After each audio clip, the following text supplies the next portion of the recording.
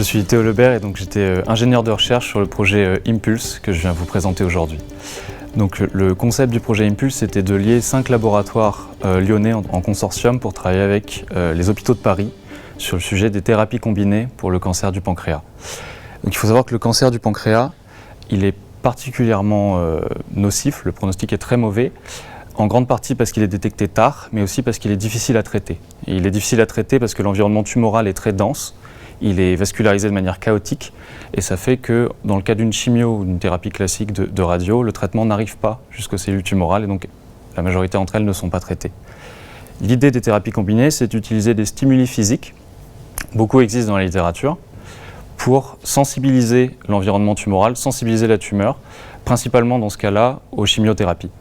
Les 3 stimuli qui ont été retenus dans le cadre du projet Impulse, c'est l'hyperthermie radiofréquence, qui est donc l'élévation locale de la température par l'usage de radiofréquence, de signaux radiofréquence, la photothermie dynamique, qui est également une méthode d'hyperthermie, de chauffe locale, par injection de nanoparticules d'or et ensuite exposition à un laser pour chauffer localement, et enfin l'électroporation, qui est la perméabilisation cellulaire des membranes par l'exposition à des champs électriques pulsés. Donc l'objectif du projet, c'était de rendre une de ces méthodes, on étudie la faisabilité en tout cas, compatible avec une approche écho-endoscopique pour le cancer du pancréas. La manière dont on a travaillé, c'est d'abord par des prototypages et des simulations numériques. Donc l'idée, c'était d'inventer un prototype compatible avec l'écho-endoscopie qui arrive à appliquer sur l'ensemble d'une zone cible, d'une tumeur cible, le stimuli en question. Et bien sûr, d'étudier la faisabilité in vitro de ces solutions pour tester leur efficacité. Les prototypes qui ont été réalisés à base d'alliage à mémoire de forme, parce que le verrou scientifique là, et technique surtout, c'est de se déployer à l'intérieur de tissus, pas forcément de se déployer dans une cavité, puisqu'on va directement dans le pancréas à travers la paroi de l'estomac,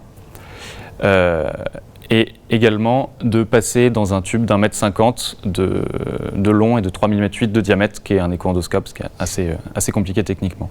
Les simulations numériques nous ont permis d'estimer sur chacune des solutions la zone qu'on pouvait traiter, les tumeurs qu'on pouvait traiter.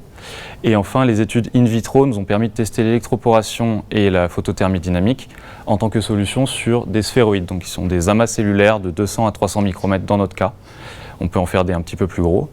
Et de tester la réponse de ces stimuli en parallèle d'une exposition à de la gemcitabine et de la bléomycine, qui sont des molécules classiques de chimio, d'électrochimiothérapie, et de vérifier l'efficacité. Ce qui est ressorti de ce projet, c'est la solution d'électroporation, qui est à la fois en termes de propriétés intellectuelles, de valorisation possible et de faisabilité la plus prometteuse.